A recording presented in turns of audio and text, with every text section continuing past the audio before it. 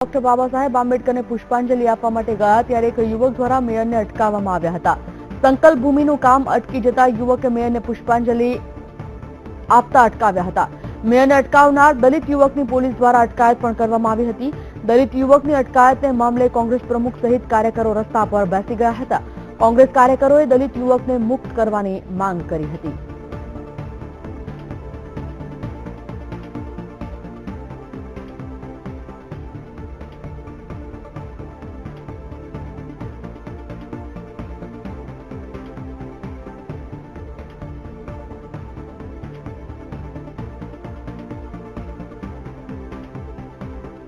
BTV સંવાદદાતા જોડાઈ ગયા છે સંજય પાગે, તેઓ સાથે વાત કરી વડોદરાથી। સંજય, જે રીતે આજે ડોક્ટર બાબા સાહેબ આંબેડકરની જન્મ જયંતિ નિમિત્તે અનેકવિધ કાર્યક્રમો રાખવામાં આવ્યા છે તેમને પુષ્પાંજલિ અર્પવા માટે, આવો જે કાર્યક્રમ જ્યારે વડોદરામાં યોજાયો ત્યારે મેયરને અટકાવવામાં આવ્યા હતા એક દલિત યુવક દ્વારા। આખો મામલો શું છે, પ્રકાશ પાડશો?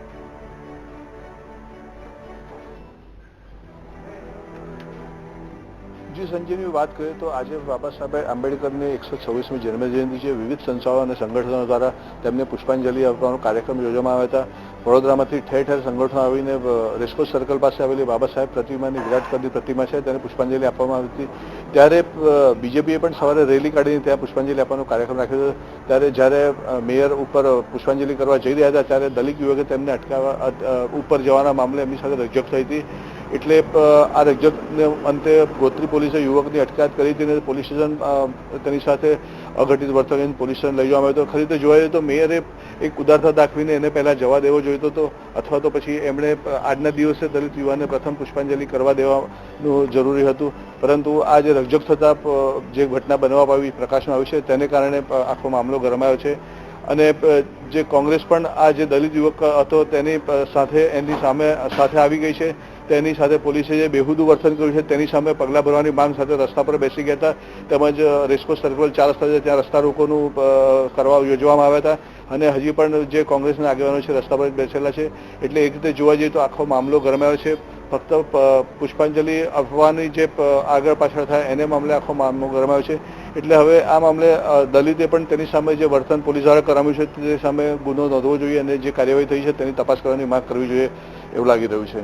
સંજય, આખો મામલો જ્યારે છે આખો દોહડાઈ ગયો છે। એક તરફ દલિત યુવકે જ્યારે વડોદરાના મેયરને અટકાવ્યા જેના કારણે પોલીસે ફરજ પડી કે આ યુવકની અટકાયત કરાય, બીજી તરફ આ યુવકની જ્યારે અટકાયત કરવામાં આવે છે ત્યારે કોંગ્રેસી કાર્યકરો આ યુવકને મુક્ત કરાવવાની માંગ સાથે રોડ રસ્તા પર બેસી ગયા છે।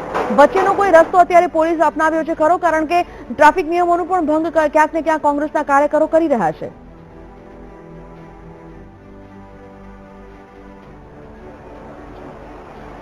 જી સંજયની વાત કરીએ તો પોલીસ દ્વારા ત્યાં પૂરતો બંદોબસ્ત ગોઠવી દેવામાં આવ્યો છે। ટ્રાફિક ક્ષેત્રને ડાયવર્ટ કરવામાં આવી રહ્યો છે અને ખાસ જે કોંગ્રેસની માંગણી છે કે દલિત યુવક સાથે જે પોલીસે વર્તન કર્યું છે તેની સામે પગલાં ભરવા જોઈએ। અને હાલ તો જે યુવકને ઈજાઓ થઈ છે તેને લઈને તેને દવાખાને સારવાર માટે લઈ જવામાં આવ્યો છે અને પોલીસ આખા મામલાને સુલઝાવવાનો પ્રયત્ન કરી રહી છે। સંજય, માહિતી માટે આભાર।